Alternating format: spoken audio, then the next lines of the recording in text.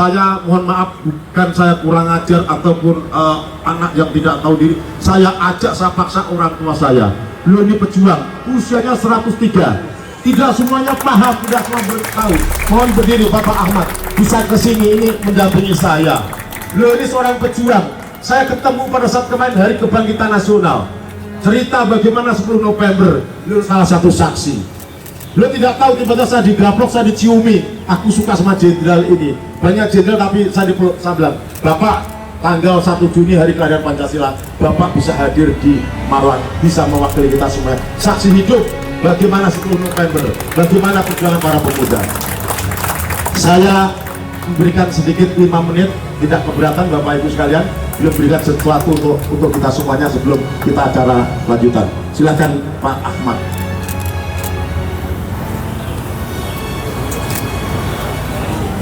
Nama saya lengkapnya Ahmad, tapi saya tahun 42 menjadi tentara Jepang, seorang pejuangan apa?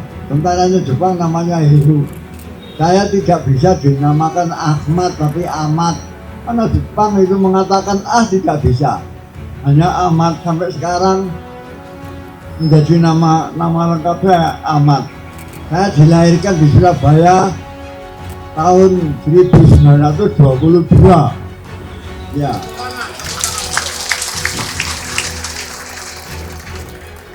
Rekan saya adalah Bung Tomo, Bung Kono, Bung Salab Bulgani.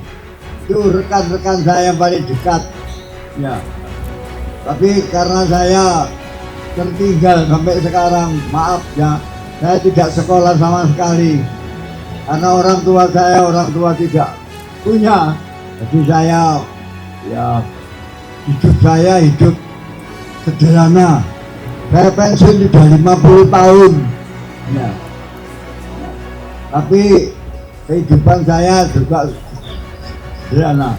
Hanya saya pesan kepada Bapak seorang, mudah-mudahan diberikan umur panjang yang banyak silaturahmi. Karena sesuai dengan ajarannya Kiai Hasyim Asy'ari tahun 47, saya dipanggil sama Bung Tomo ke Gunung Wilis. Kamu kalau ingin umur panjang, silaturahmi sing akeh, sedekah sing akeh, santun, itulah menjadi umur panjang. Maaf saja saya tidak bisa bicara panjang karena saya sudah usia 103 tahun. Saya robekan bendera tahun 45 tanggal 19 September. Saya ditanya pada waktu itu panglimanya Pak Sarbini tahun 50, kenapa kamu kok berani merobek? Ya karena kehendak Allah. Tangan dulu. Saya satu-satunya orang yang masih hidup robekan bendera di Hotel Yamato di Surabaya.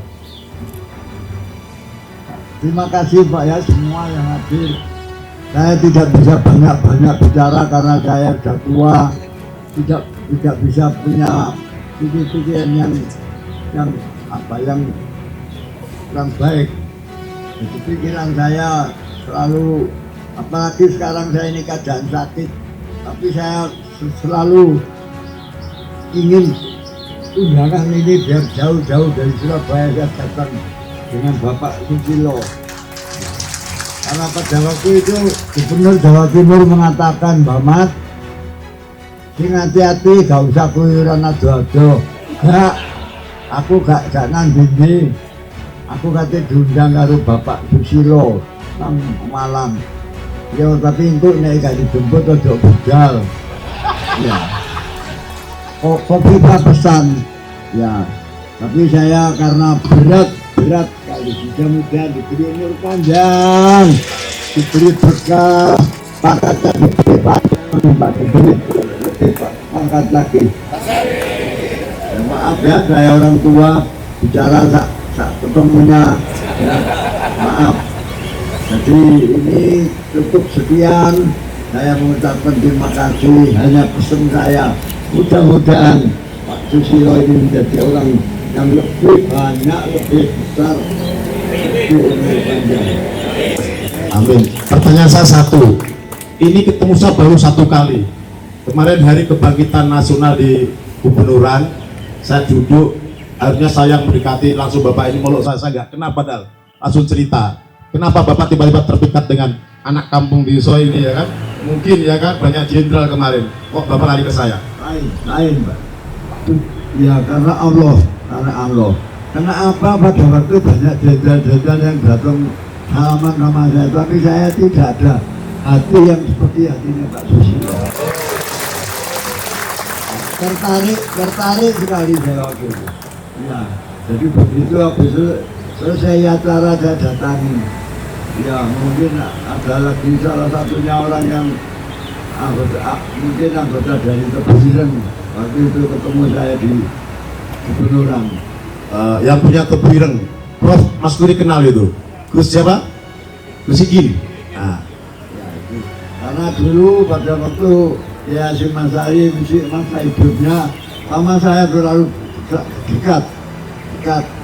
Tahun 47 saya sama Bung Tomo paling didekati. Ya, karena apa ya? Saya kalau disuruh apa-apa itu selalu mengikuti.